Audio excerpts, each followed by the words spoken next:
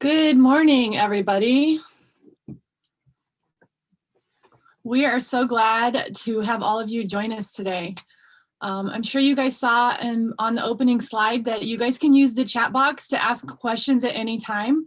And we have one of our board members that's going to be looking at the questions and interrupting if they're relevant to the topic, so we don't move past something if you guys have a burning question for something.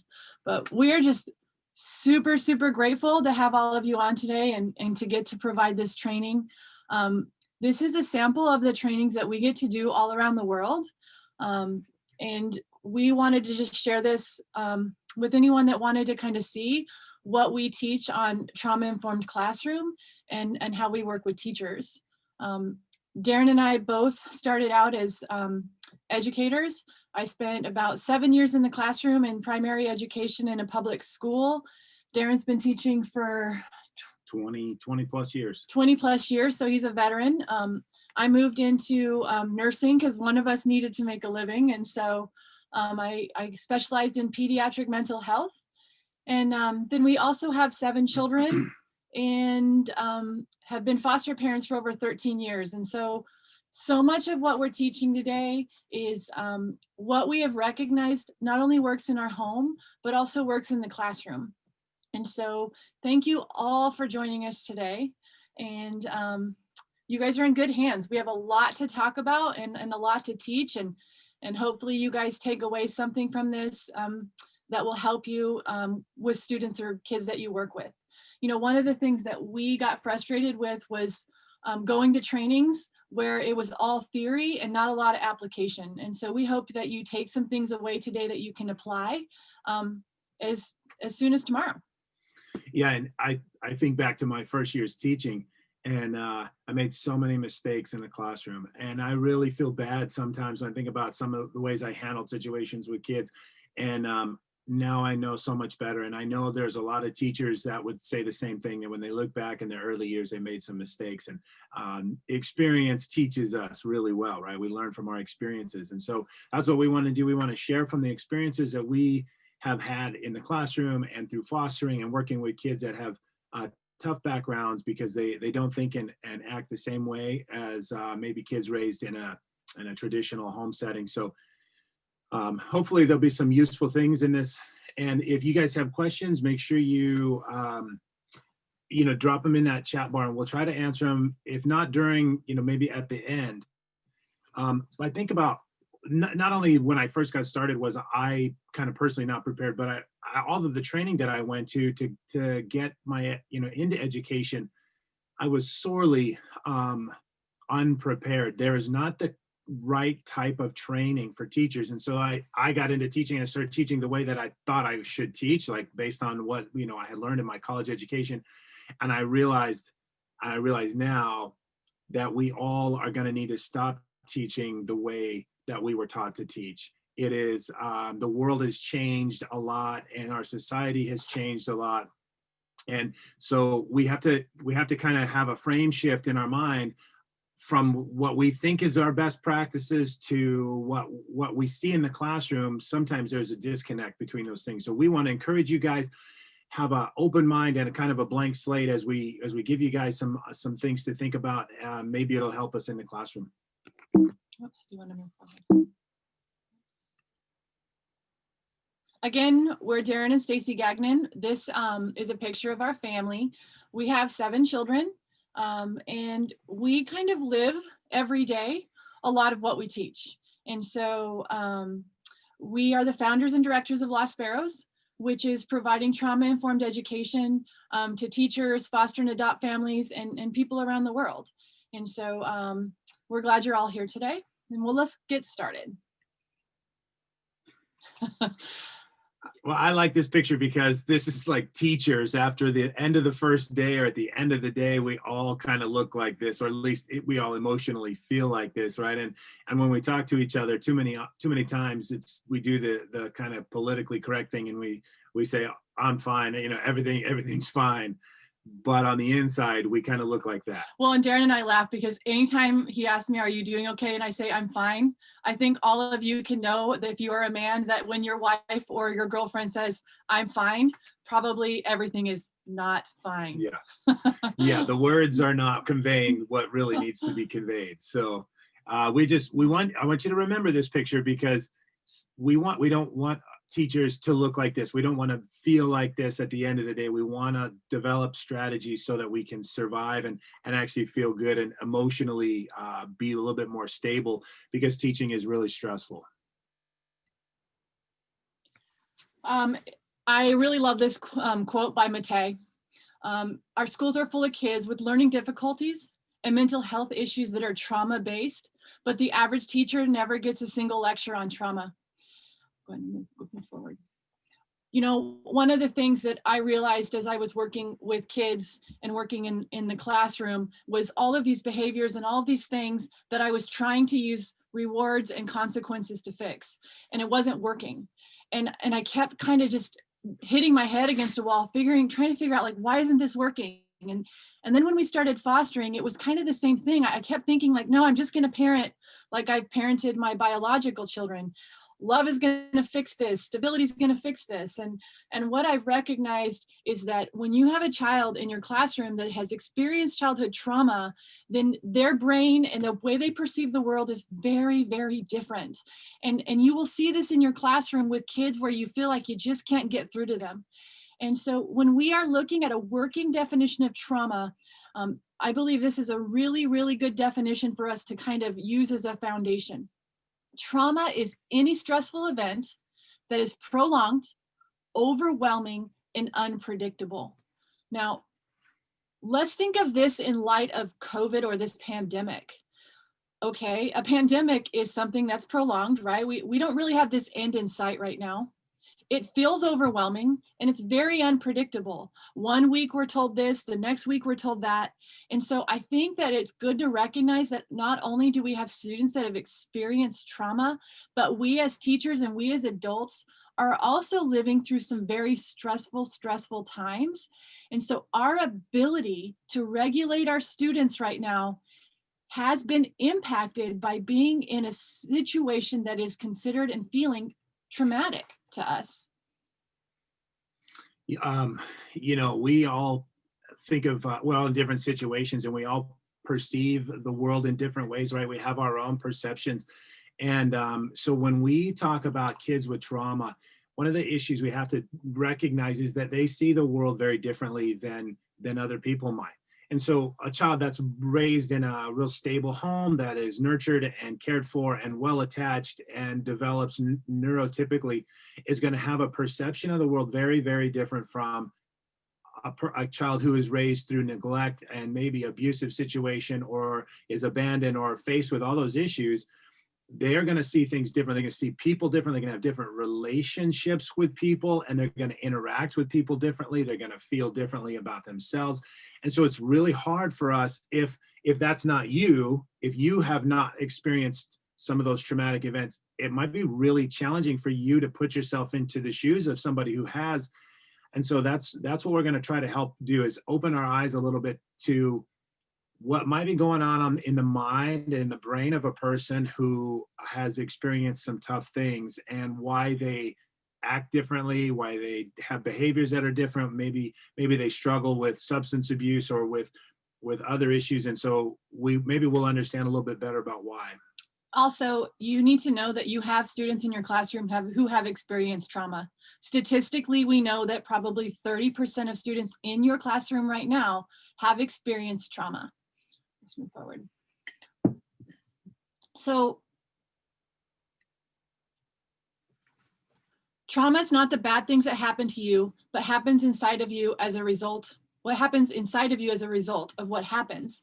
Now, several years ago, I decided to take this parenting class into the jail. I started working with inmates, male and female.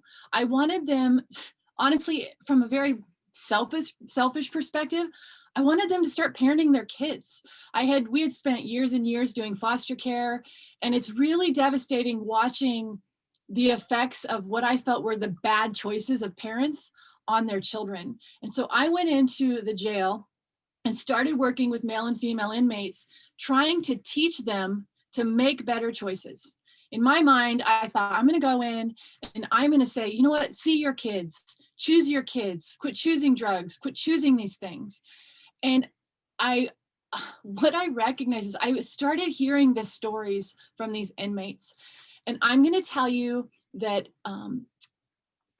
80% or more of the inmates that I work with had stories of childhoods that would absolutely make you cry. I heard story after story after story from inmates who had suffered from physical abuse, emotional, mental abuse, neglect, and sexual abuse. And I started recognizing this pattern in that these were students that I would have maybe had one day in my classroom. These were kids that had sat in a classroom and no one knew what was happening in their homes. No one knew what was going on. And what I started recognizing was that maybe drug use or maybe the choices they were making were not so much a choice as they were a maladaptive behavior to basically medicate internal pain. Move forward a slide. And so I started asking questions and I started seeing behaviors in each of them that matched the behaviors of students I saw in my classroom. And I always would share this goldfish shark. If you look at this picture, there's a tiny goldfish underneath the surface, and above the surface was a shark fin. And I was talking about when we see scary behaviors in our kids, that we have to look past the shark fin and see the scared goldfish. And I remember one day a woman in my classroom who had had probably one of the most horrendous childhoods I'd ever heard say, I wish when I was in school that my teachers had known that I was scared to death every single day and that I acted like a shark because I didn't want to be hurt. And so I printed this out, and I usually, when we train teachers, we have them hang this at their desk, because the scarier the behavior you see in a kid, the more scared they are. And so when you can look at big scary behaviors as actually being a goldfish and kind of seeing under the surface, it helps us when we are working with kids. And so what I started to recognize in my inmates was that even down to their drug choice, even down to the way their maladaptive behavior, whether it was cutting or rage or suicidal ideation or any of those things, those were all attempts to try and cover up internal pain that had been caused by childhood trauma. And so I want you to look at these behaviors, hypoarousal and hyperarousal. You're going to see these behaviors in your students. Okay, a hypoaroused child is quiet. They have a flat, blunt affect, compliant, indifferent, listless, the 1,000-yard stare. The 1,000-yard stare looks like the child, when you're talking to them, is looking at you, but not really looking at you. A hyperaroused student is hyperactive, distractible, aggressive, compulsive, suspicious. We like to diagnose and medicate this with as ADHD. Well, you know, what I would add is that there is, in any given classroom, right? Stacey mentioned that 30% of kids potentially have trauma. So if I have a classroom of 30 students, I may have somewhere between 2 to 4 students who have experienced some real trauma. And that's in the United States. And I think it's probably higher across the globe. There's likely to be a lot of countries where there's a lot more trauma. And back to that slide we mentioned a minute ago, trauma is not necessarily the things that happen to you, it's what happens inside of you. The trauma is an internal response to external things that happen. So what that means is, for me, if something bad happened and it really overwhelmed me, and it could be a traumatic event for me that I have to deal with for a long time. But for another person, that same event might not be as traumatic because they have a different regulatory system. They have ability to handle it better. So not always are the two things for different people, always traumatic. But when trauma happens, what it does is it changes the way that the brain works. And I mentioned how kids perceive things differently. And so a child who is raised in a lot of trauma, they see the world as a dangerous place, and they're always seeing danger even when really there's no danger. It's their perception. And so they watch for your body language, and they watch, and they see things. And so these right here, this hypoarousal and hyperarousal, these are subconscious responses in the brain. They're survival mechanisms, right? So kids adapt, right? And so there's this amazing ability for us to adapt to our environment. And so kids that are in an environment that's chaotic, that's abusive or neglectful, and they don't have any security, they develop these strategies. And they might switch. One day they might be hypoaroused and be checked out, and another day they might be aggressive and full of anger and rage. And so when you see them in your classroom, you can know that these are not conscious decisions. This is not a person who has just decided, I'm going to just sit down and take a rest for a while. This is a brain reaction to stress, and their survival mechanisms that help kids survive at home, but then in the classroom they present real problems. And that's important to understand about what he just said, is that these behaviors that are maladaptive for a child were helping them survive in their home, but then when they move into the environment of school, it becomes a behavior issue or a problem. And so when we're looking at your classroom, and I talked about that 30%, if you look at the Adverse Childhood Experiences Study, and you can just Google ACEs or Adverse Childhood Experiences Study, it will talk about that percentage, okay? So when you think about your classroom and you think of like an apple tree, okay? The top third of your class, that's your high-hanging fruit. That's your kids in your classroom that are really tough to reach. Those are your kids that honestly, you're happy if they're absent, okay? Like they're really, really hard to work with. They're angry, they're destructive, they're checked out, they don't care, they're causing your behavior problems. That's the top of your class. That's your 30% of kids that have experienced trauma. Then you have your middle section. Those are your kids that could go either way. Some days are a good day, some days a bad day. They're just kind of in the middle and they can go either way. Then you have your bottom of the tree. The bottom of your tree, that's your low-hanging fruit. Those are your students that walk in and they're like, I'm so happy to be here today. I did my homework last night, plus I went ahead and did extra credit even though you didn't ask me to. Okay, those are your students that are super easy to reach. And honestly, as a teacher, the ones you're gonna wanna gravitate towards. Well, guess what? You guys have to change your mindset and think, I've got to reach the high-hanging fruit. I've got to reach those kids that are in that top of the tree. And we're going to talk about some of the ways that you can do that as we go through the slides. So again, this is what fight or flight, which is hyperarousal, and freeze looks like, which is hypoarousal in the classroom. Okay, one of the things that I want to add is one more section. Flight or fight is acting out, and 70% of boys tend to go fight or flight. Then we have freeze, and I'm going to add one more thing, fawning. Fawning is the pleaser child in your classroom. They're the ones who are going to make themselves into who you want them to be. Okay, so this is 70% of girls do freeze or fawn. And so what's really important about this slide is that we as teachers tend to notice and recognize flight or fight. We don't recognize freeze or fawn. And the problem with that is if we don't intervene and help kids when they have trauma going on, then what I end up having to do is work with them when they're inmates someday, or they take these maladaptive behaviors and they move into adulthood. And so let me tell you what flight or fight looks like when we don't intervene as children.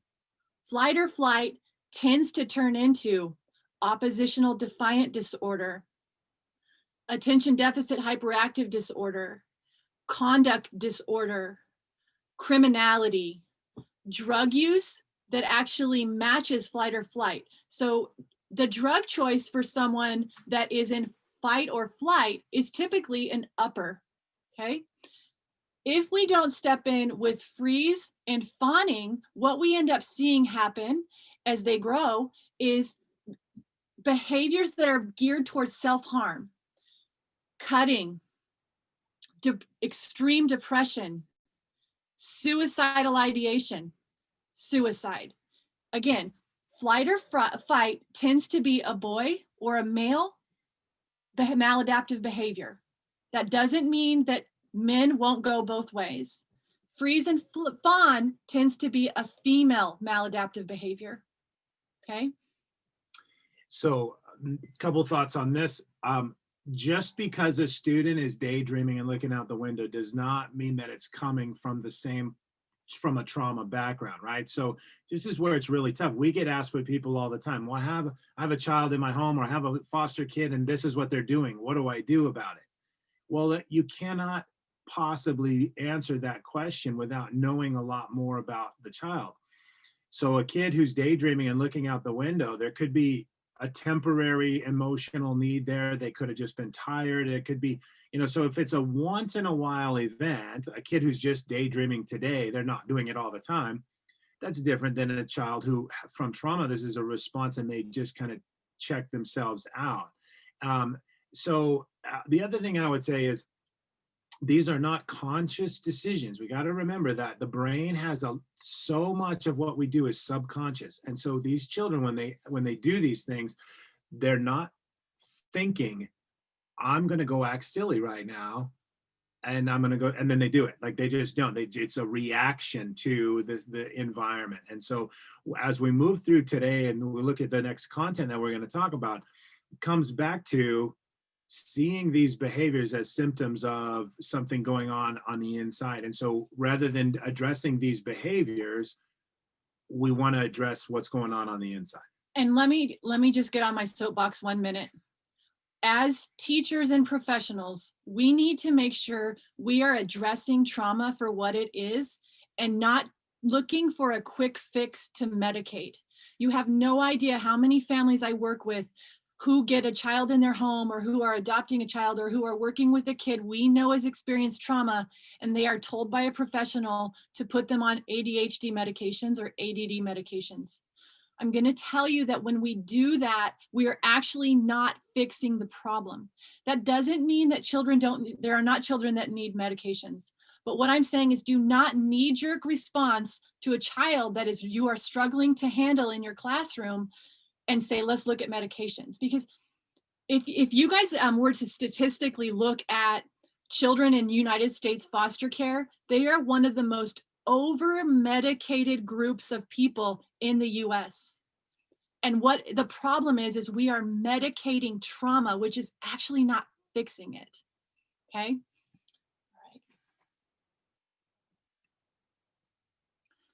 All right. We like to laugh. So teachers, feet first time.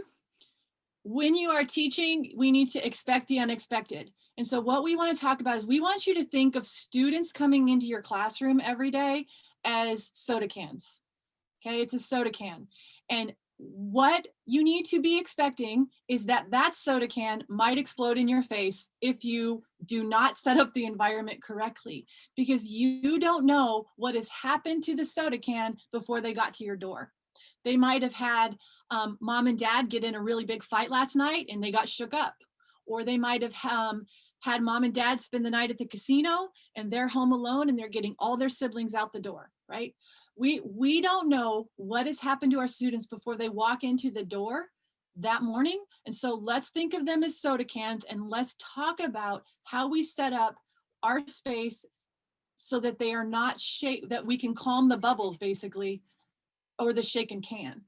Yeah, and I think this is sort of saying we want to be cautious about our interactions with kids at first, because when we don't have a relationship with them, or we haven't seen them for a while, there's this people, we say things and we put our foot in our mouth sometimes, and then afterwards we realize, oh, I shouldn't have said that, because I didn't know some context, something going on in a child's life. So we're just saying, if you expect the unexpected, knowing that kids come in your room and they're going to have some behaviors, they're going to do things, that might surprise you, you'll be better prepared, because that's going to help you not look like that picture of the guy whose hair was all messed up, right? We don't want to be that way. So if we're prepared a little bit better, it'll help with that.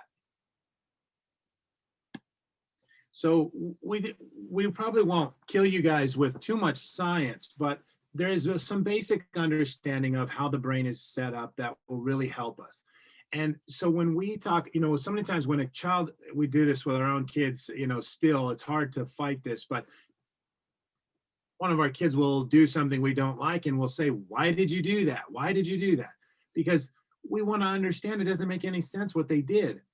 And so what we are asking them for is some kind of cognitive thinking process to explain a behavior that's really not explainable because it wasn't logical. And so it helps us to know how the brain is set up so that we can view behaviors and view our children in the right way. So when you look at this slide, the bottom part of the brain, which is we like to say the basement of the brain. So as a child is developing in utero for the first couple years of life, this is the part of the brain that develops first. And so the brain develops from the bottom up to the top, and then it also develops from the back to the front.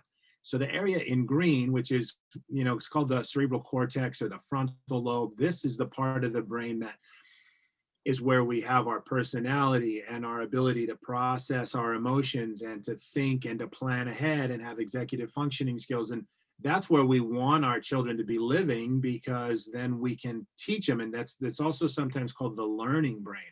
So we need that part of the brain to be active. But the basement of the brain, that is the part that is always looking for danger in the environment.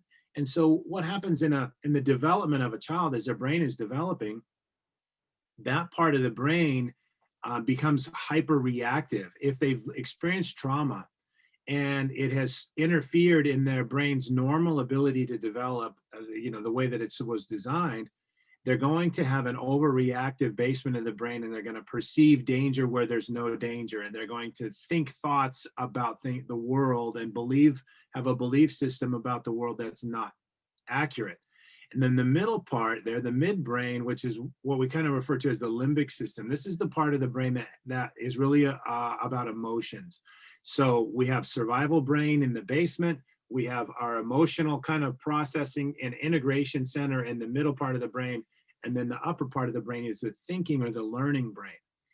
And so the reason this is important is because bad behaviors, which usually are a result of stress, come from the basement of the brain. Usually they are a response to stress, and they're a survival mechanism. So if something happens and a kid lies, or something happens and they steal something, or they have a violent confrontation, they get into a fight. And most of that is not coming from this part of the brain, it's coming from the survival brain. And so when we are working with kids from trauma, we have to employ strategies to help the brain remain calm, so that this part of the brain, the thinking and the learning brain, is online and active and working really well. We don't want them to be operating out of the basement of their brain. And when a stress response happens, this part of the brain gets turned off. And so that's why they react to something, to a stimulus, and they do something that we don't want them to do. And then we say, why'd you do that? And they can't answer because this part's not working right.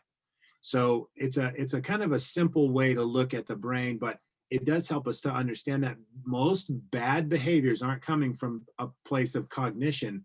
They're coming from a place of survival. And so why that's important is because if it's coming from a place of survival, it's survival. If it was coming from the top of the brain, we would call it manipulation, right? And so a lot of times we want to feel like our students or a child is manipulating us when actually it's a survival response.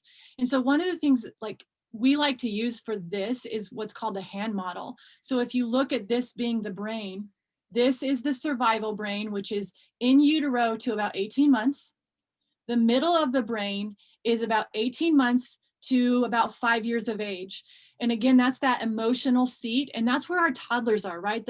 Our toddlers have big feelings.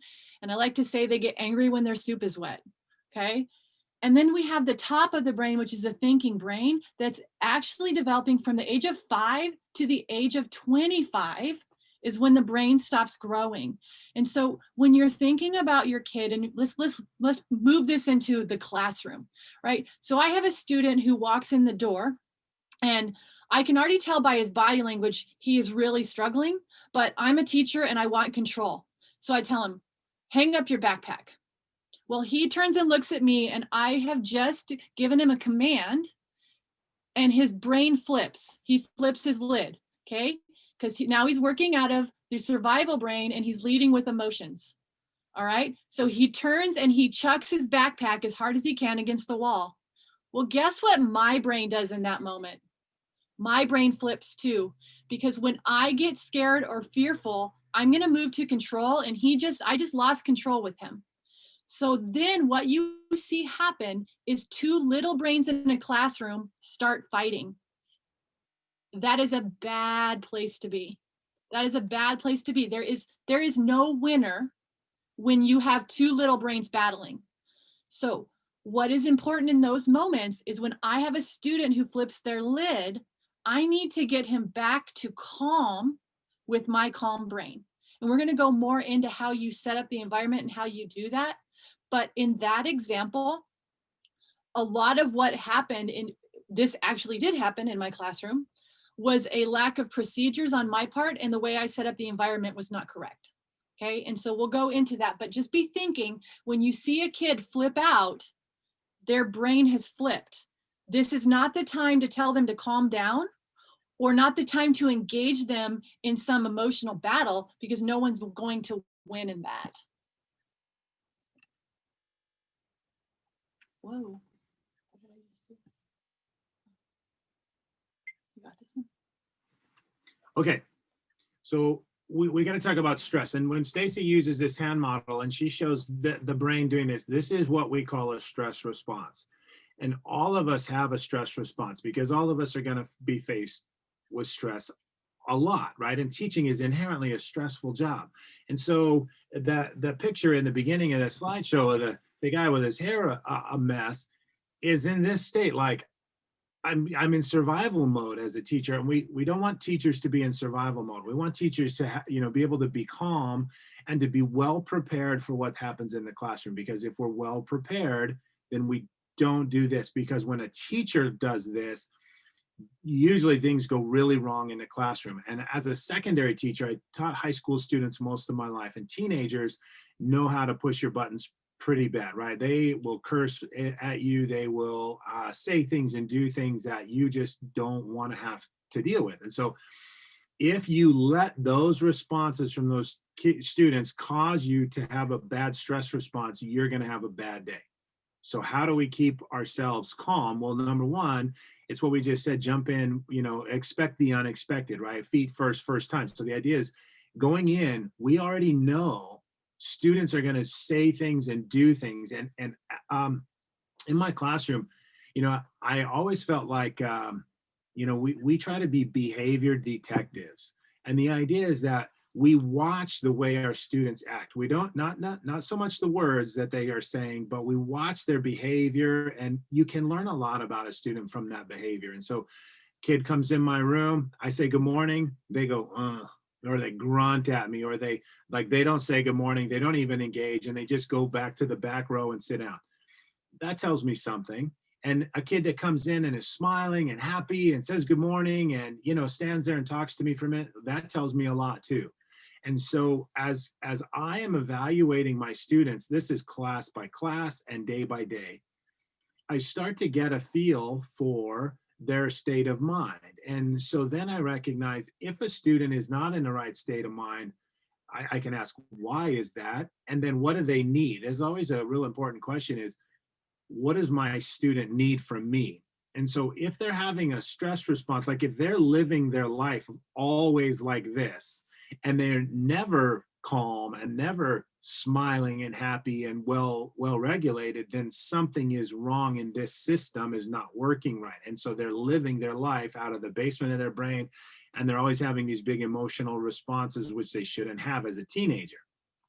And so One thing we know is that when emotional trauma happens to a child, a lot of times their emotional development stops. And later we're going to talk a little bit about what that looks like.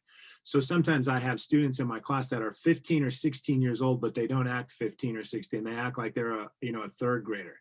And it's really frustrating as a teacher because you have an expectation level that they can function here, but they can't, they function down here. And so the real problem isn't with them at that point. The problem is with me and my expectations. So again, we just want to tell you, change your expectations sometimes. It'll make life a little bit better. So looking at this slide again, like the behaviors, there's some listed there: lying, apathy, cheating, anger, anxiety. But those again are internal responses that are subconscious. And it's because of stress on the inside that you can't see. So on the outside, they might say, I'm fine, and they might have a smile, but you watch their body language and you recognize they're really not fine.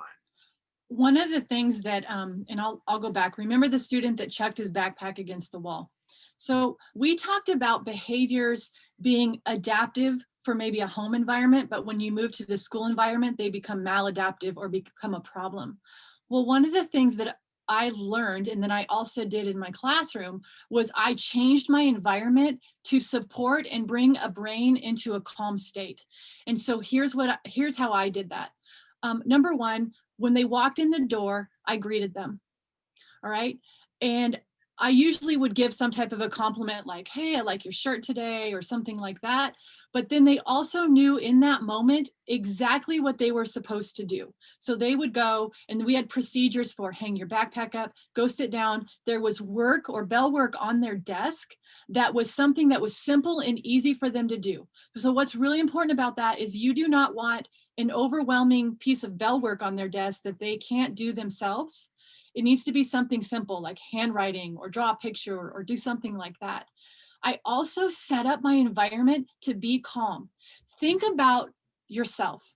If you come home to a house that is messy, doesn't smell so great because the trash hasn't been taken out, or it's cold, or it's really lit brightly, like those actually cause us to have a little anxiety. That is the same for our students.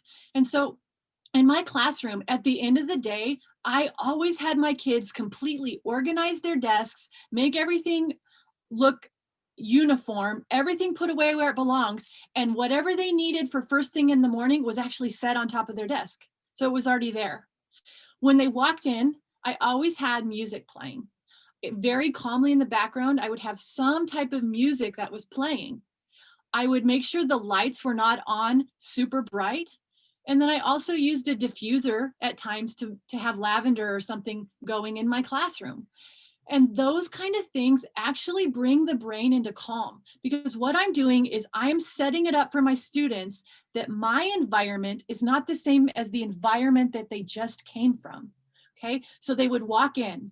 I was calming them down because they knew what was going to happen. I always had a visual schedule on the board of what the whole day was going to look like.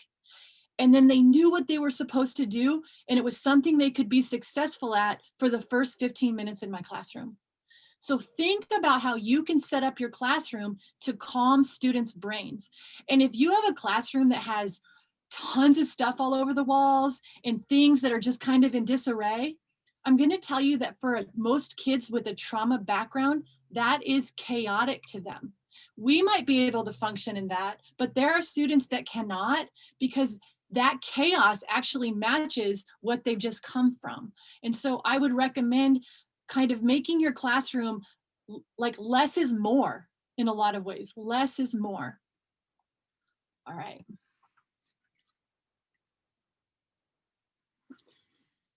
So a little while ago, I mentioned this. Now, sometimes you have a teenager who doesn't act like a teenager, they act like they're in third grade. And sometimes you can have a third grader that acts like, they're 3 years old. So we talk about how kids, and all of us, have 3 different ages: a chronological age, a cognitive or a mental capacity age, and an emotional age. And they do not all progress at the same rate. So we know the easiest one is chronologic age, right? That is that day by day aging process that there's nothing you can do to slow down. We would all love to try to slow it down if we could, but we can't. So that one is out, but the emotional age and the cognitive ages are going to vary really greatly in our students. And so what we would love to say is I've got a 15-year-old that is in my class as a sophomore in high school that has the emotional age of a 20-year-old. That'd be great. And the cognitive age, appropriate cognitive age. So if I have a 15-year-old, I can talk to him like he's 15. I can teach him like he's 15, and it's an appropriate thing. But that is not an accurate reflection of most of my students. And so when I look at my students, again, as I get to know them and I'm evaluating them, their state, I can tell pretty quick their emotional age is appropriate or it's stunted. And so what would cause an emotional age to be different is some traumatic event. And so people who have experienced trauma at a certain age, what happens is that as we're developing our emotional system, and then there's trauma, that emotional development will stop and it might not move ever again. And so you have adults who maybe at 8 years old had a traumatic event, and as an adult now, they still emotionally function like an 8-year-old. And so depending on, and unless you get some kind of therapy or some help to go back to that time and figure out what happened and then be able to work through those, then you can progress through the emotional ages to move up. This is a really hard one. Emotional trauma is very challenging. And we have kids in our home, and when we were doing foster care, we had kids in our home all the time.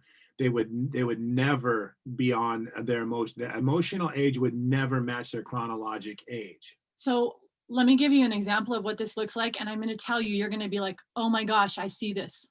So 12-year-old boy in my home, we're getting ready to get out the door. And it's always a stressful thing to get a bunch of kids in the car to get somewhere on a timely manner. And all of a sudden I look over, he's laying on the ground. He's crying and sobbing and saying, I can't tie my shoe. Okay. The 12-year-old in that moment was chronologically 12. And all of a sudden his emotional age was 3.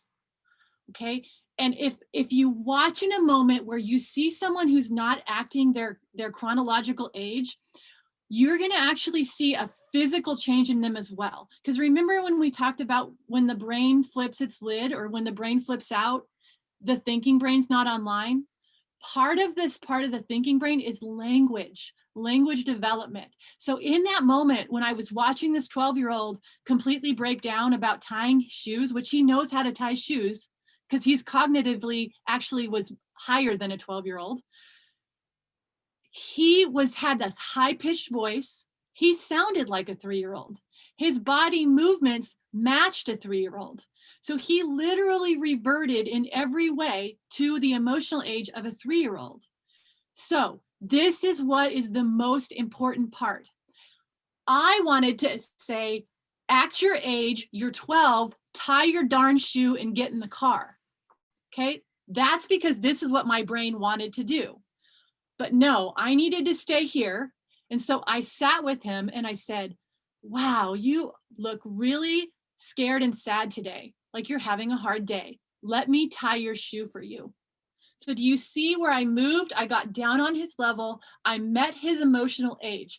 In that moment, I'm going to parent the 3-year-old, not the 12-year-old. In your classroom, you need to teach to the emotional age. You always need to teach to the emotional age, because they're not going to stay there. He tied his shoe the next day. It had nothing to do with his ability to tie a shoe. It had to do with, in that moment, he was a 3-year-old emotionally. So I needed to parent my 3-year-old. Okay. And I would say, again, it comes back to our expectations are going to dictate what happens in that moment. So if I have a 3-year-old and a 3-year-old has a meltdown, I don't use my words to help my 3-year-old. I'm going to get down on my 3-year-old's eye level. I'm going to pick them up and I'm going to hold them. I'm going to give them a hug, because I know that's what a 3-year-old needs. They don't need me to tell them something with their words. And so if I have a 12-year-old that's acting at a 3-year age emotionally, I need to react to the 3-year-old. So I need to do the same things I would do for a 3-year-old. I need to probably help them get up off the floor. I need to give them a hug. I need to help them feel like, I need to treat them like a 3-year-old. And that's a hard thing to do because our brain says they're 12. They don't need me to hold their hand. They don't, but they really do. They need the same treatment that a 3-year-old would need. So, And so one of the ways, just so you know, I set up environment to be different for the child that was 12 that struggled to get shoes on. I set up environment, right? What I ended up doing was making sure his clothes and his shoes were ready at the, like his shoes were ready at the door. He picked his clothes out the night before. I made sure he ate when he first woke up. Like basically environment is your key to helping keep kids from flipping out. Okay, so be thinking about that when you see kids that are that become dysregulated like this and move into an age that doesn't match. You got to be a behavior detective, like Darren said, and go back and say, okay, how should I have set this environment up differently for this child in order to support him better? Because that's how we actually change the brain.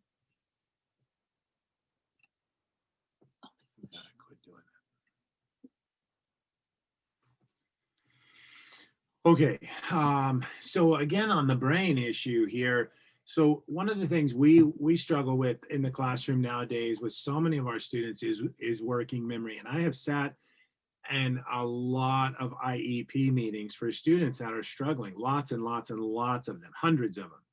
And I would bet you 90-something% of the time in the IEP meeting, they will talk about how students' working memory, when they've gone through the testing process, they'll say the students their working memory is really low. And we have had foster children and some of our own adoptees that really struggle with the ability to have a working memory. And working memory is this idea that in any time of the day, I can hold multiple things in my mind at the same time. And I can use that information to plan steps. Okay, first I need to do this, second I need to do that, then third I need to do this. And so like without that ability, it's like Groundhog Day. If you've ever seen the movie Groundhog Day, where he wakes up every day is the same day over and over again. In working with kids that have trauma, especially, and their working memory is not online. Now, it's not always from trauma. Other kids can have working memory problems from different things.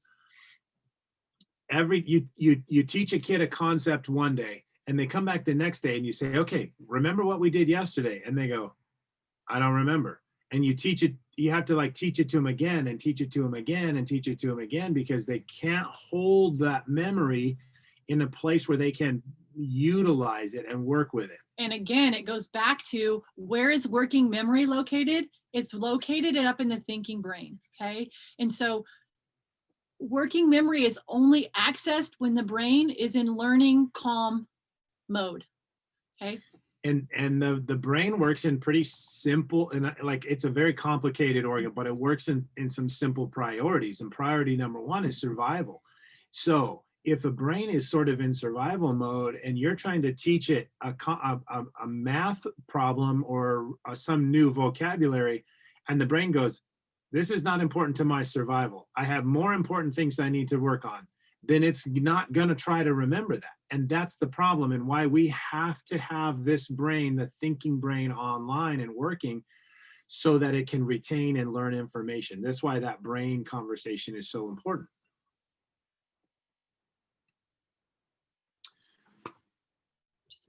Okay, I want to take you guys over the next couple of slides. We're going to kind of work through this process, because we see this in our students all the time, and it's going to help us to gain some context over why they might do some of the things that they do. So I'm just going to read through a couple of these slides, and then we'll talk about what they're telling us. So what if you cannot hold and use information simultaneously in the here and now? Then you cannot think ahead. What if you cannot think ahead?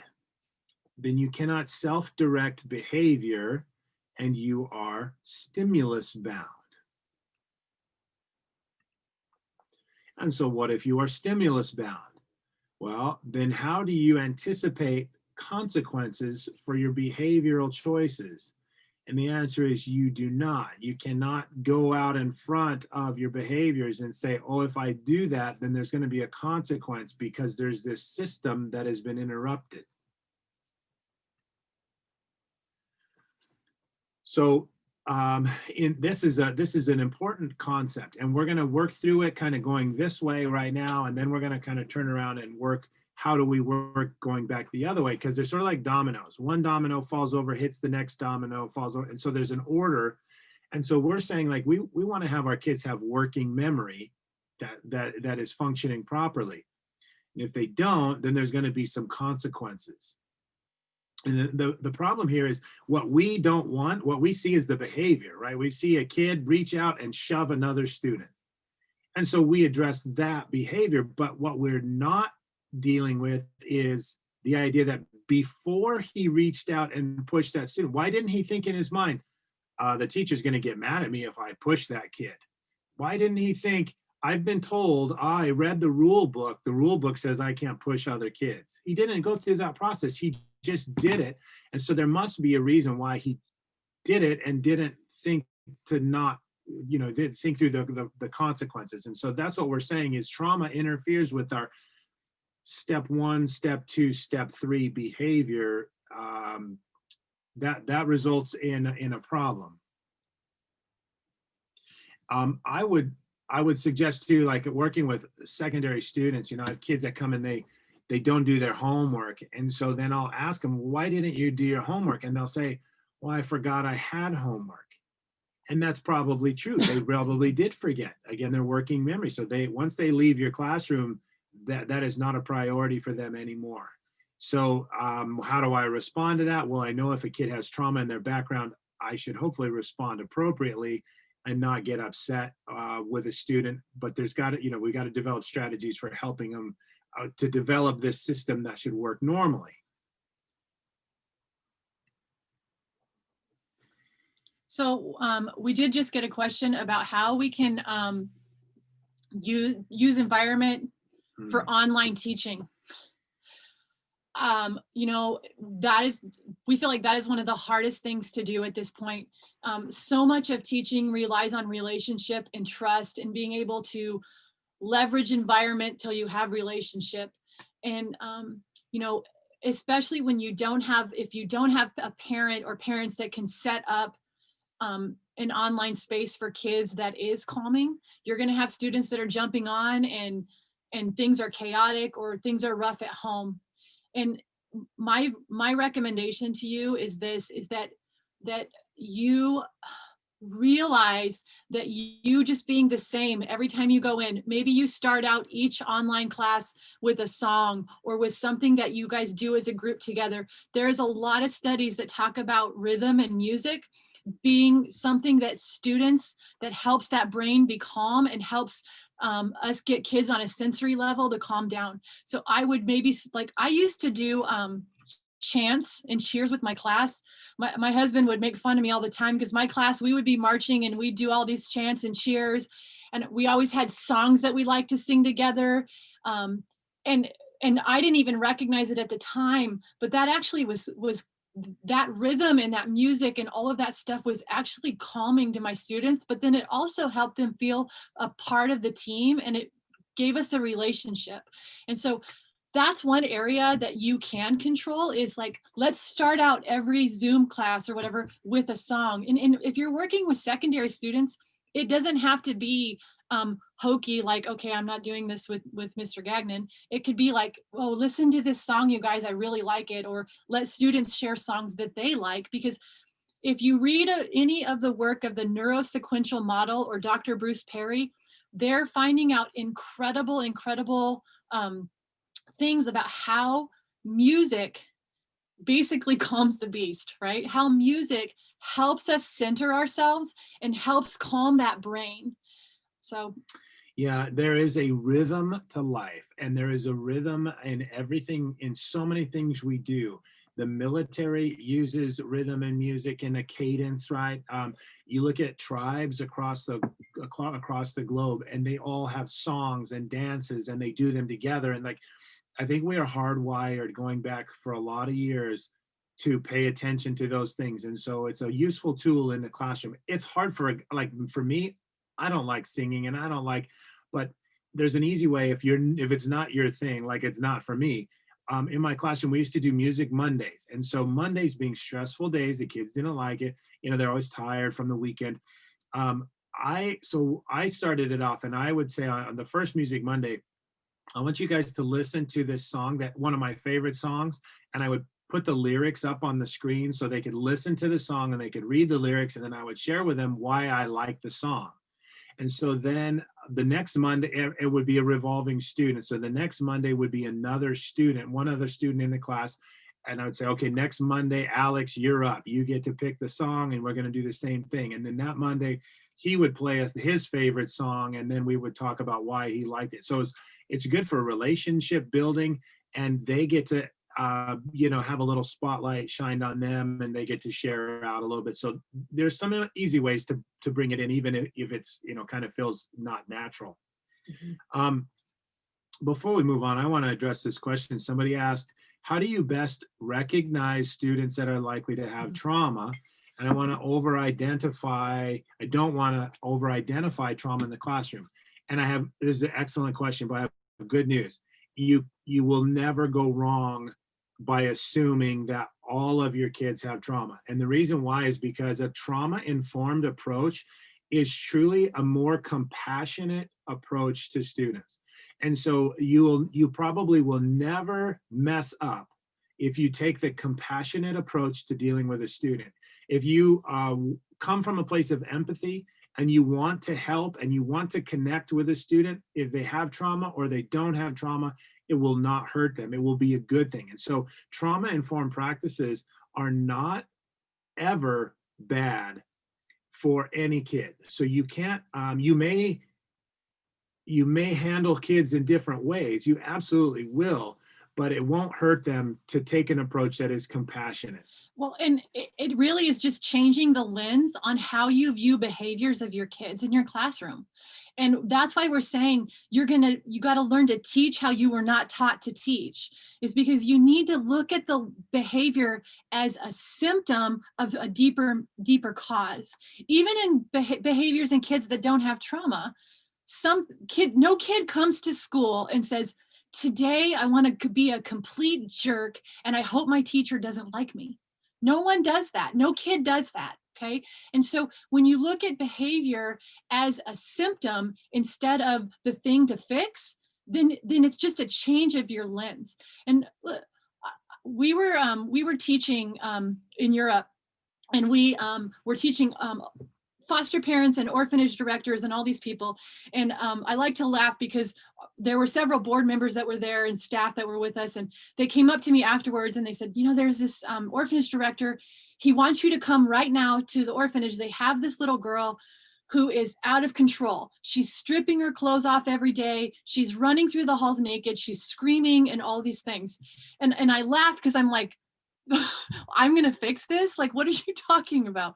So we pile in the car and we drive to this orphanage, and we go in the door, and they have me meet with this girl, and there's a language barrier and all these things, but really she was pretty age appropriate.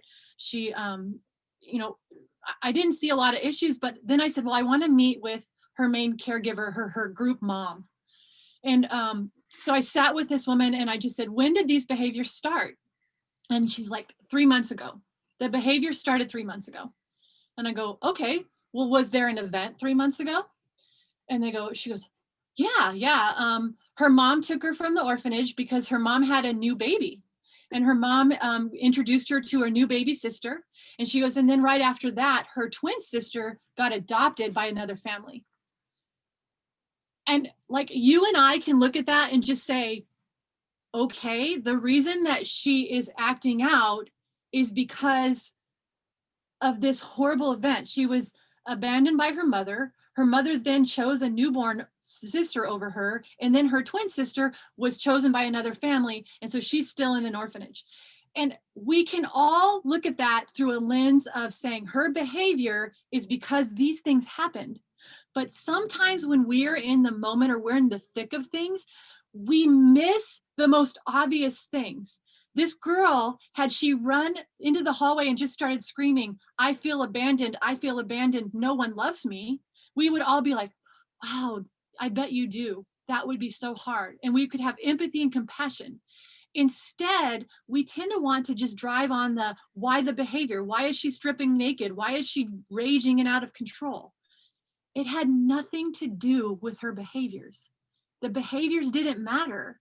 It had to do with the fact that she felt abandoned, and we needed to address the abandonment and those issues, not the behaviors. Right. So here's the difference between a trauma-informed approach and a non-trauma informed approach, right? So if I'm working with a girl and she's doing, these things, and I don't have any idea of her background, I might yell at her and say, that is not appropriate for you to do that, young lady. You stop doing that. And I'm yelling at the behavior because I want the behavior to stop. So I can raise my voice, I can change the tone of my voice, I can be upset with her, and I can let her know that is not okay to do that. And she might stop doing it. But I did not help her process the trauma that she has experienced and is experiencing.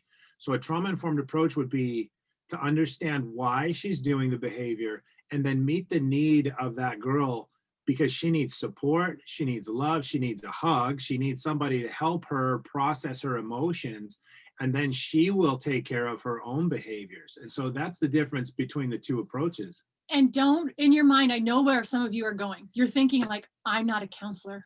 This is not what I am trained to do. But let me tell you something super fascinating. And I wish this study was shared way more. Dr. Bruce Perry is one of the premier neuroscientists in the world in understanding trauma in children. Okay, and so he wanted to see how effective his practice was. So he did this study with children who had then aged into adulthood to see the kids that were doing the best, who were the most successful, who were the most regulated in life. He wanted to kind of track that and see, well, they did all of these graphs and all these things to figure out who was doing best. And what they recognized is that the students or the kids who lived the farthest from Dr. Perry's practice were the kids who were doing the best. They're adults that were doing the best. And they're like, what, why? This study basically showed, and what he realized is that those kids sat in a car with a parent or a caregiver to drive into his practice for an hour or 2 hours, and then sat in a car afterwards to drive back home. A teacher or a parent's relationship are the most profound relationships a child can have because you're with them every day. Right? And so it is not about saying the right words or being the counselor. You actually will have a far greater effect by just sitting alongside of them in their pain, just saying like, wow, I can tell you had a bad day. I still care about you. It's not about counseling. It's just about being with that kid in their pain and saying, I get that. So let's wrap up this sort of this idea. We set the stage. If I go back a little bit, we were talking about this process. If you can't think ahead, then how do you understand rewards and consequences? How do you direct your own behavior? And so this is like when kids are in this state, you can say, well, there's a sticker chart on the board and you don't have any stickers. How come you haven't read your book to get stickers? And they don't respond to those things. Some kids do, but kids with trauma are probably not going to respond to that sort of thing. And so talking about working memory, we're working towards this idea of executive functioning. And what we want as teachers, we want our students to have excellent executive functioning skills. These are skills that allow them to process and plan and have self-control, to control their bodies, to control their voice. And good executive functioning skills are really vital. And we know lots of kids are still developing these skills. They don't have them until they're, much, much older. And so what we want to talk about is this cone of regulation is going to be a useful tool for helping students to be able to gain their executive functioning skills. So what's important to understand about cone of regulation is this. A regulated student has a learning brain. When your students are dysregulated, it looks like this. Okay, our classrooms are typically designed to start at the top of the cone to meet kids in executive functioning.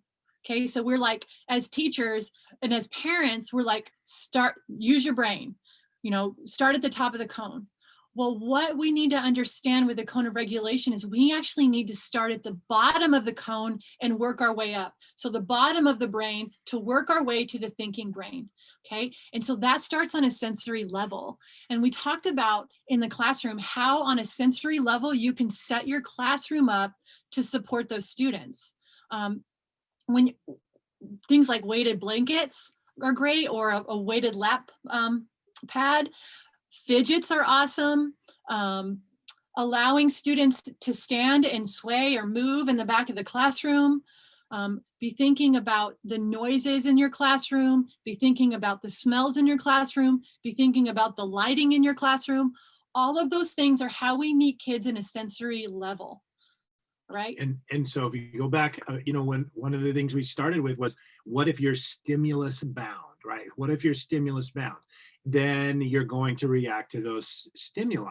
Well, what we're saying is sensory, that is stimulus, right? So sights, sounds, smells, taste, touch, like our senses is how we get stimulus. And so what we're saying is, in your classroom, if you can control all of those things, you are starting to be able to move up this cone to help regulate them, because you are controlling the stimulus that they're going to get. And so each of your students is going to need different things. There's one thing I think that can be difficult to maybe understand a little bit. When you think about the two ways that kids respond to stress, which is the hyper arousal and the hypo arousal.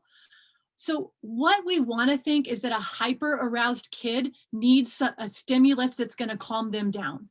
Maybe they need to be able to sit still or have a weighted cape or a lap pad on, or maybe they need to, to have earphones on and be calm. Well, that's actually not the tool that we naturally want to use. When I was working with inmates, what's interesting is that the drug of choice for inmates who are hyper aroused are uppers. Okay. And so think about, what do we medicate ADHD with? We medicate it with Ritalin. We medicate it with caffeine. Okay. And so our kids that are fidgety and hyper aroused, we need to meet them on a sensory level in a way that's giving them the ability to get that energy out. And so it might be having Johnny run a note down to the secretary that just says, hey, give Johnny a high five and send him back to class. Or it might be giving them fidgets to play with at their desk, or allowing them to tap on their hands. Okay. And so that's when you're thinking about hypo aroused, we aren't going to take those kids and be like, all right, I want you to stand up and get energized. No, they need things that are calming, and that helps them to move out of that blanked out state. And so that's going to tie right in sort of with the next one, which is awareness. So sensory, one issue, working with about 4th and 5th grade students at a school a few years ago, one of the teachers, she was really frustrated, and she kept saying, I have a student, he cannot sit still. I just yell at him all day long to quit fidgeting and moving around, and he just can't sit still and do his work. And I said, well, let me come in and observe for a little while, and then just trust me and let me tell him what to do. I'll take care of this student for you today. So I went in and I watched him, and he couldn't sit still. He was just like always moving around and, not focused. He couldn't do his work because he was just fidgeting all the time. And so what I did was I took away his chair. I went and talked to him and I said, hey, I feel like you got a lot of energy. Well, that's okay. Energy's not bad, but let me help you. So I took away his chair and I had him stand at his desk, and he still moved and his body was still going, but he quit looking around at the rest of the class, and he actually looked at his work, and he was moving his body and doing his work, and he didn't bother anybody else. And the teacher, because I told her, just don't address him. And it made a big difference just to let him. So this is the awareness, right? So it's an awareness of your own body. So it's an awareness of your own body and an awareness of other people. And so when I kind of got him out of his desk and he was able to use that energy, he would change his awareness so that he was able to focus on doing a task. And so sometimes the sensory things, you've got to, you got to see that their sensory sometimes can come from the inside, the way their body is feeling on the inside, and a way you want to help them be aware of that, and then find ways so that they can you can utilize it in a positive way rather than let it be a distraction. And so as you move up the cone, then what happens when you have an awareness, it helps their focus. So like he was saying, this student who had been so fidgety was then able to focus in on what needed to be done and the work that needed to be done.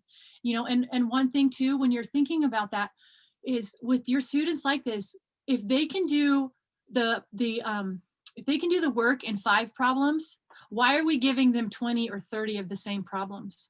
Okay, it's okay to chunk their work up because it's going to help them to be able to be successful. So Yeah, I would just say you just don't want to overwhelm. Students with trauma get overwhelmed very easily. And so if you see a student who's not doing any work, it might be because they feel overwhelmed. So why try? I'm just going to give up before I start because I know I can't do all of it. So I'm not even going to try. And we have, students in our kids in our home that are like this. And so if you give them just a small bit, and then build on the success, right? Let them be successful in a few small steps, and then they'll feel good. So now we move up to the emotional part. They're successful. So then they start to feel good on the inside. And that is a huge, huge step, because kids with trauma don't ever feel good on the inside. They feel bad about themselves. They feel that the world is not a happy place. People aren't trustworthy. And so we want them to have successes so that they feel good about themselves. right. And kids from trauma too also have an inner voice in their head that's telling them, you are not worthy, you are not smart. Okay. And so we're hoping to change that inner voice in their head. And so once we move past emotional, then we see that being social and having relationship with people is actually an upper level brain skill, right? That's an upper level brain skill. And so when we talk about the 2 things that can actually change the brain of a child with trauma, it's environment and relationship. So what do we have to meet first? We have to meet environment first through sensory and awareness. Then we move up to relationship, okay, which is at the top of the cone. And then after the relationship, then we start seeing executive functioning. And so I think what we can't stress enough is that a learning brain has to be a calm brain.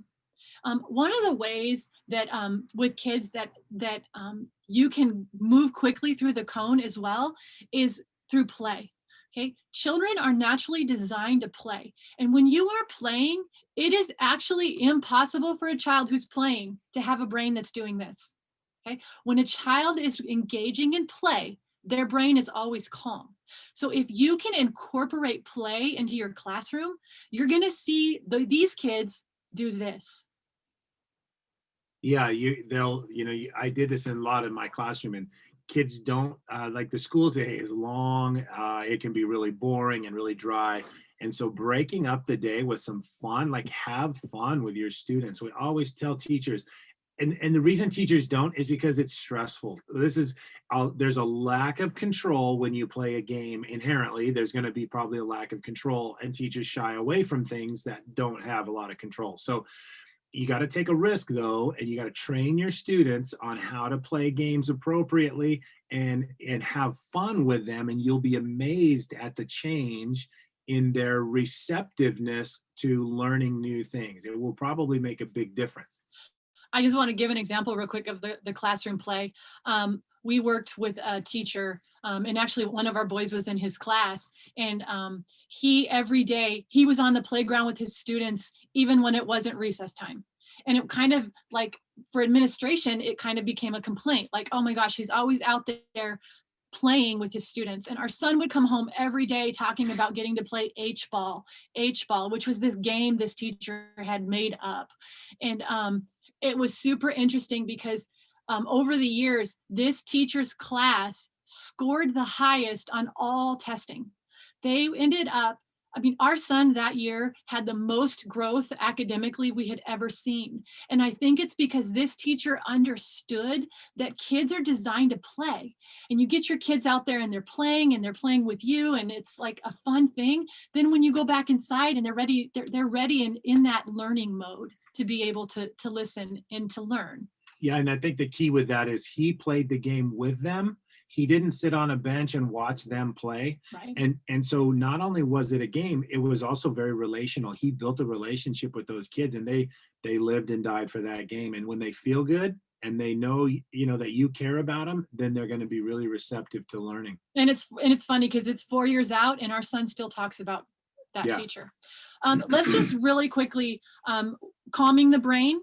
When you can create a classroom plan, just, put up environment and relationship. All right. And then you'd start thinking about, what does the schedule look like in your room?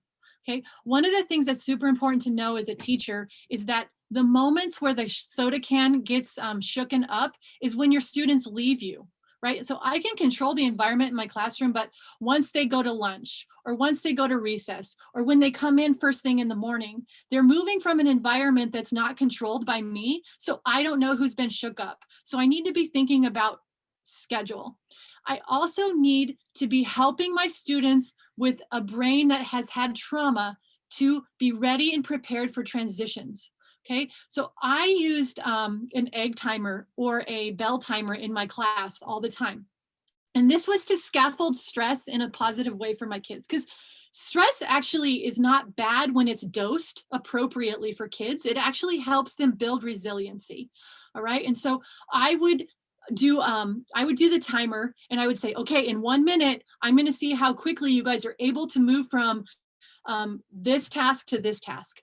All right. And I would use proximity with my kids that were the ones that would probably get freaked out the most. And I would just stand by them and just using my body, be able to keep them co-regulated. All right. And so I also would always tell them, hey, in 2 minutes, we're going to move from art. We're going to put this stuff away and then it's going to be PE and we're going to line up. And then I would be telling them in advance of, because kids that have trauma, transitions are when the worst thing in the world happened to them. When a transition happened, it was when the worst thing in the world happened to them. And so they need to be able to know the future and not try and predict it. Because if you let a student predict the future who lives in survival brain, they're going to predict the worst thing in the world is about to happen. That's just how the brain works. So I always gave them that forewarning to move them from one thing to the other. And, on the relationship side, this is so vital. I cannot express enough. That first one, sharing emotions. So when we talk about sharing emotions, right? Why do we share emotions with other people? It's because it allows us to be connected to other people, right? And it allows us to support each other. And so as a teacher, it's real important that I be a little bit vulnerable with my students and I have to share my emotions. And I think this is really important when a student flips their lid and they're working out of their emotions. If I'm like this and I'm using cognitive skills to meet their emotional needs, it's not going to go well. There's a disconnect between cognition and emotion. So what I'm saying is, when a student has emotional needs, I need to meet their needs with my emotions. Now, not that I'm flipping my lid, but I recognize emotion to emotion. So a kid comes in and says, some kid yelled at me and they're crying and they're hurting or they're angry or upset. I shouldn't use logic to talk to them. I should use my emotions to communicate to them. And I would validate their emotions and I would say, I'm sorry that happened to you. That must have really hurt when that kid did that. And I had that happen to me when I was a kid and I didn't like it. And, I'm empathizing, I'm being compassionate, and I'm using my emotions to respond to their emotions. And it is a powerful thing to do that. But you have to have a relationship with somebody before you do that. You don't do that with complete strangers.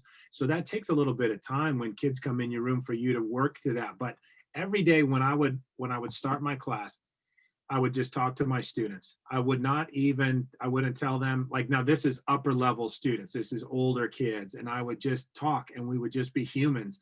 And I would share, I'd say, I'm taking my kids to do this or do that. And kids would ask me questions about my family and I would be open and I'd be honest and I would share with them a little bit. And then they would start to share with me. And then that's the foundation for a relationship, because once I have that relationship, now I can help my students overcome their emotional issues. So we got a question. How do you know a child is acting out because of trauma, or they just don't have the desire to be respectful or obey the rules? Um, that's a great question, because I think as adults, we want consequences, right? And I think what's important to understand is that being trauma informed doesn't mean that there aren't consequences for behaviors. Um, I'd like everybody out there right now to think about the person in your childhood who influenced you the greatest. Who in your childhood had the greatest influence on your life? Now that you've pictured that person in your mind, I want you to think, did they influence you through love, or did they influence you through fear? You want to jump on that? We probably all know the answer to that. I want to say, like, this ties in really well with another question somebody asked about standardized testing, right? And now in the United States, there's this huge push for standardized testing and teaching to the test. And the reason why I say these go together is there are some countries who don't focus on the standardized testing. They focus on helping the children feel good about themselves. And they play with them. They take them on the playground a lot. They play games a lot. Their focus is on a whole child, and their standardized test scores are very high. In the United States, we have the approach completely backwards. Our education system is saying, let's focus on the test and focus on the standardized testing and all that, and ignore the fact that kids feel miserable and they're depressed and they're angry and they're frustrated and they're emotional, and we don't make the kids feel good. And so I know this is a challenging thing, and I said this at the beginning. I'm going to say it again. You have to quit teaching the way you were taught to teach. If you want to teach and you want to really make progress with students, and make progress that's long-term gains, not just I make it through a day or a week or a month, but I want my students to become human beings when they're an adult. I want them to be productive members of society. I want them to be good fathers and good mothers and be able to contribute to society. Then I have to help them. I have to meet them where they are. So it's all good. The government says, oh, we want them to be able to do all these things and have all these skills. That's great. But if they're depressed, or if they have anxiety, they can't even function in life, then what good is it to do those things? And so it's a much better approach to focus on the student or the child and helping them to progress as a human being. Then they, at the appropriate time, they're going to make those progresses towards those tests.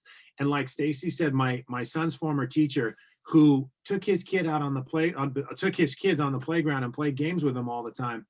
And the principal, I was having a conversation with her because she wanted to cut back on recess time. And I brought him up and she said, yeah, I don't understand it. He takes his kids on the playground more than any other classroom and his test scores are higher than everybody else. And I thought, it's because we have some kind of inherent belief system that unless a kid is sitting in a desk, they're not learning. And that is not true. And so I would say we need to focus on helping the kids feel good about themselves and have fun, and they will learn very quickly. If you can try to force information into the brain, but if it's not ready to go in there, it's not going to go in there. You're going to be frustrated. So I say we take the approach of making kids feel good and having fun in school, and then they will make the progress towards those standardized goals that we want. And then when you're looking at consequences for behavior, understand that we want it to be natural consequences that are going to help students learn from them through relationships. So we always say, like, it's not me and the student against each other, right? And consequences. It's basically the student and I together going through what are natural consequences in the world. And that's, when you do that, then you have long-term, then you are influencing in the long term. This is our daughter. She's living out of the limbic system or the middle brain almost every day. Yeah, So. she's kicking the pants. She's a lot of fun, but she has a lot of trauma. She's making good progress, but yeah, she's our youngest and is a lot of fun. So we want to go ahead and open up for questions. I know we kind of fire hosed a lot of information at you. And so we want to drill down and answer any questions about specific things that you have, or questions that you have about things we've talked about. I don't know if you can pull up the chat bar for us. I can try.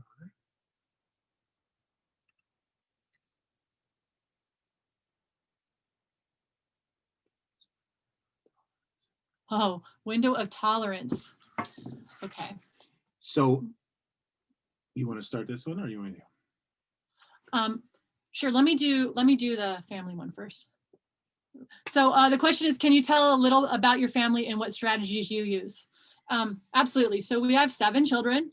5 of our children are adopted, and 3 through the foster system and 2 through international adoption. So many of the strategies that we teach about, or we ended up using in our classroom, are what we use at home. We are very, very scheduled in my house. Like Darren was saying, Groundhog Day, it's really very much Groundhog Day in our home. Our kids have the same bedtimes all the time. You know, things always look the same because that helps their brain to be calm. We also, when we look at consequences for our kids, when we see big scary behaviors, we do change the lens of how we view them. A lot of people would probably say, wow, those kids are getting away with murder or away with things. It's not that. We allow natural consequences for our children, but we have spent many an evening or day sitting alongside of our kids who are working through really, really big emotions. Just a quick story about that. One of our children had come home from school and ended up walking in the door, punching his brother in a wheelchair, throwing his backpack, and saying a curse word. Well, before I started to understand the brain of children that have had trauma, I would have completely put my foot down and just been like, oh, heck no, you are not acting this way. You are in trouble, blah, blah, blah, blah, blah. But I understood in that moment where his brain was. He actually had like a flipped brain. And so what I did is, the first thing that you always do in that moment is you make sure everyone is safe. So I took all of my children that had just gotten off the school bus and I sat them at the table with a snack.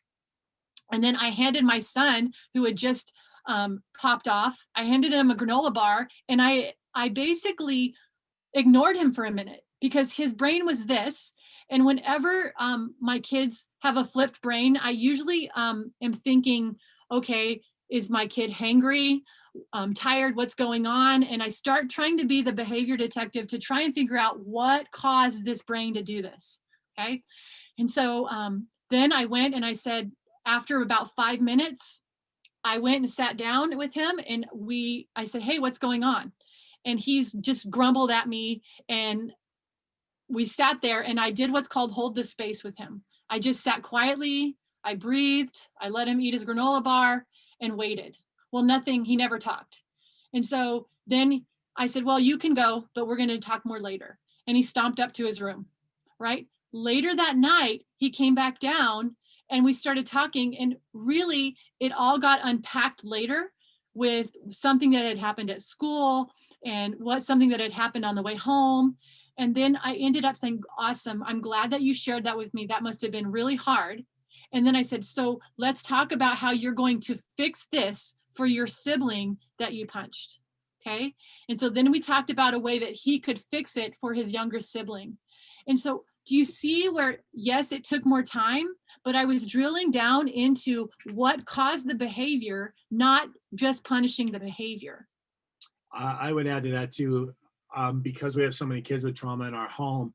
We are very affectionate. We give a lot of hugs to our kids. We don't yell. When we talk about, we do discipline or we need to have conversations, we know we have to be well regulated. So we have to make sure we are calm, and that when we talk with our kids, we're not angry and upset and yelling, and because they are perceiving things subconsciously. And so we also do things like we have family dinner as many nights as possible. We set the table, we get all our kids at the table at the same time, we sit down and eat together and we talk, and there's no TV on, there's no phones at the table. It is just a time to be relational. And it's funny because because at first the kids, when we started doing that, push back on it, but now they love it. They can't wait to sit at the table and eat dinner with the family. So any of those relational things, sitting down and playing board games, playing card games with our kids, those are all things that are really, really useful for building relationships and helping our kids that have trauma in their background. And I do want to add this too. Technology for children that have a trauma brain is really not good. We actually have kids in our home that can't handle technology on any level. And it just is the way their brain's wired. And so we're pretty crazy restricted on that at times. And so just kind of keep that in the back of your mind. Yeah, and the electronics, for kids, or well, really for anybody, but especially kids, like this thing here, when they get on this, it lights up the same part of the brain that drugs light up in the brain. And there's an addictive nature to it. And so we want to avoid that with our kids. It's really hard to keep them off of it. But if they've been used to it, it's hard to take it away, but you've got to do it. So somebody asked about the windows of tolerance. And I just, we'll give a brief kind of description of how this works. All of us have the ability to handle stress to varying degrees. So I might have a really large window and I can handle a lot of stress and I'm okay. And some people might have a really small window, and that means that they can't handle much stress. And so any small event happens and they are out of control. Their day is ruined because somebody cut them off in traffic and they got angry and now they're upset the rest of the day. So all of us have a window for tolerating stress that's different. And so the idea is pretty simple here, that our kids have a window, and as the day moves along, as they're going along, there's stressful events that happen. And as long as those stressful events stay in that window, we will recover quickly and we'll be okay. And so, but when an event happens and it shoots us way outside of that window, we're going to need to calm down. We're going to need to do some strategies to get back into our window. And sometimes that means going for a run, doing some exercise, sitting down and doing some breathing, maybe taking some time reading a book. Maybe it's sharing some emotions with a friend, connecting with somebody. But the issue here is, how does that get decided? Why is it some people have a big ability to handle stress, wide window, and some people have a small window? And the answer lies in our attachment process when we're kids. When we are developing in utero all the way through to 5, 6 years old, and we attach and we bond to our caregivers, to our moms and dads, they repeatedly meet our needs over and over and over and over again. And when that happens, we develop a system for regulating in light of stress, and that window grows. And so people who are well regulated most likely had secure attachments with their parents when they were young, or someone, and they developed a regulatory system for handling stress, and they process stress well. And people who might have missed that, or kids like our kids who we took out of an orphanage, really struggle with handling stress because their windows are small, because they missed out on a lot of those attachment. And so how do you widen the window in your classroom? It's through trust and through predictability. Okay, trust and predictability. So what I understand is that every time I meet the need of my students and I make the day incredibly predictable, they're better able to weather stress. And what Darren didn't mention is that when you exit your window, you exit one of two ways. You either go hyper vigilant, which we talked about earlier, or hypo vigilant. Okay, and then there are people that actually will do both ways. They'll go hyper or hypo. And we all do this. For me, I tend to go very hyper vigilant. I get very keyed up and anxious. Well, my way to handle leaving my window is to go for a run. Okay, and so be thinking about what tools that your students need to come back in the window, but then also giving predictability in your classroom. I'm going to give you this one really cool thing that you can do in your classroom to help kids have some predictability. Sticky notes. Use sticky notes. Okay, so in your classroom, you might have kids where you give them some independent work, and within 1 second, your kids that might have trauma or your kids that struggle to do independent work are raising their hand immediately, needing you. So because children that have trauma are not always aware of time and space, they're trying to always predict things. You telling them, I will help you in a few minutes, means nothing to them, okay? So I would take a sticky note and say it's 11:35. I would write on the sticky note, 11:45. I would put it on their desk and I would tell them, I'm gonna be back here at 11:45. And I'm going to help you. If you get stuck, move on to the next question, but I will be back at 11:45. If at 11:45 I'm not at your desk, you can come tap on my shoulder to remind me. Okay, so do you see where right there I gave that child predictability and security in the schedule? Okay, so those are the ways. The other way, if you're dealing with a student, here's another way to use a sticky note. You're dealing with a student who is maybe tapping loudly on their desk or doing something that might be annoying to the rest of the students. Darren talks about this quite a bit. Teenagers especially are ruled by social anxiety. All right, so for me to go up to that student and say, quit tapping on your desk, a child with a trauma background, or even just a teenager, is automatically, their brain's gonna go, whoop, I just got called out in front of the whole class. On a sticky note, I would write, please tap on your finger. I put the sticky note on their desk. I just, in a private way, told that student what I wanted them to do without calling them out in a way that's going to give them a brain that flips, because I just gave them social anxiety. Okay, so be thinking about ways to use sticky notes, because that is a really good way to help your students to predict things or to give them information without calling them out in a way that's going to cause them to have anxiety. Another question we got deals with parents and how do we handle parents? And I assume sort of on this question now we're talking about the idea that parents have a much greater amount of time with their kids than we ever will, and that is absolutely true. One of the most amazing things though that Dr. Perry's research has shown is that it only takes potentially one person in the life of a child doing the right things at the right times to make a profound difference in their resilience. And so for a lot of kids who have trauma, who have really, really bad home lives, who mom and dad are terrible, they're neglectful, they're abusive, they're angry, they're yelling, they're substance abusing, it might just be one person, a youth pastor, a caseworker, a teacher, somebody who connects with that child and lets them know that they're cared for and they're loved and they're worthy. And that one person can change absolutely everything about the for the future of that kid. And research has shown that this is absolutely true, because there's trauma and then there's resilience, and resilience is the ability to bounce back from trauma. And why some people have a lot more resilience than others comes down to our relationships, right? We are hurt in relationships and we are healed in relationships.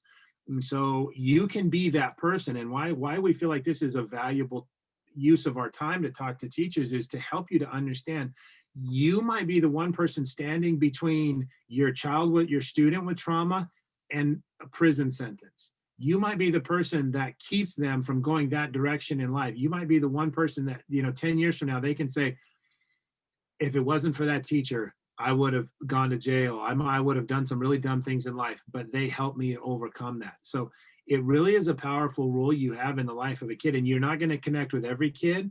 You're not going to change the trajectory of every kid you ever run into. But if, a handful of kids are the kids that are looking for that help, if you can be that person, you can make a huge difference. One of the things you could implement this week is, remember when we talked about the top of the tree and those are your hardest students? Pick one of your kids and pick your hardest kid, okay? Pick your hardest kid and you're gonna do what's called 2 by 10, okay? What you're gonna do is for 10 days, you're going to take, 2 weeks, you're gonna take 10 minutes each day and pour into that kid, right? And so what that looks like is I'm gonna pour into that kid and it's gonna have nothing to do with school. And we call it attunement. And attunement is that I care about you aside from all of your performance or lack of performance or any of those things. And so I'm going to take the time for 2 weeks to front load or preload attunement to a child. And that might look like okay, they don't want to talk, they're shut down. I might just start talking about something in my home. Oh man, we had a cat that came by our house last night, and we went ahead and adopted the cat, and we're thinking of what would be a really good name. It's a black cat, you know, and like basically you're just drawing that kid into a different space than your classroom, and you take that time, and what you will see is that that kid's going to change. You're going to see a change in that kid, because that's what heals a brain, is relationship. So 2 weeks, 10 minutes. And you know what that communicates to a student? And it communicates it in a nonverbal level. It communicates that I care about you enough that I'm going to take my time and I'm going to connect with you as a human being, because I know that that's the most important thing I can do in life. That you are more important to me than a test, a standardized test, or some learning outcome. It communicates a lot. And so sometimes it's really subtle things that make a really big difference. We're out of time, but we appreciate that everybody was able to be on here with us today. We look forward to potentially doing more trainings like this in the future. We love being able to teach and share our experiences with everybody. So we appreciate you guys joining us, and we look forward to being able to do this again. Thanks, guys. We hope you have a great day, and thanks for all you do for the youth that you work with.